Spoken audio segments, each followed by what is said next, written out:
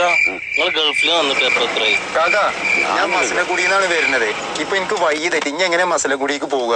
ഒന്നുമില്ല, ഈ റോഡ് നേരെ പോണത് മസനഗുഡിക്കാണ്. കണ്ണും ചെയ്യുമ്പോൾ വിട്ടു. എന്നാ ശരിയാക്കണ. എന്ത് പരിപാടിയൊക്കെ നിങ്ങള് കാട്ടിയത്? ഇത് കുറച്ചങ്ങോട്ട് പോയ റോഡ് തീരല്ലേ? നിങ്ങൾക്ക് തന്നെ പരിപാടി ആൾക്കാരെ സ്വീപ്പാക്ക.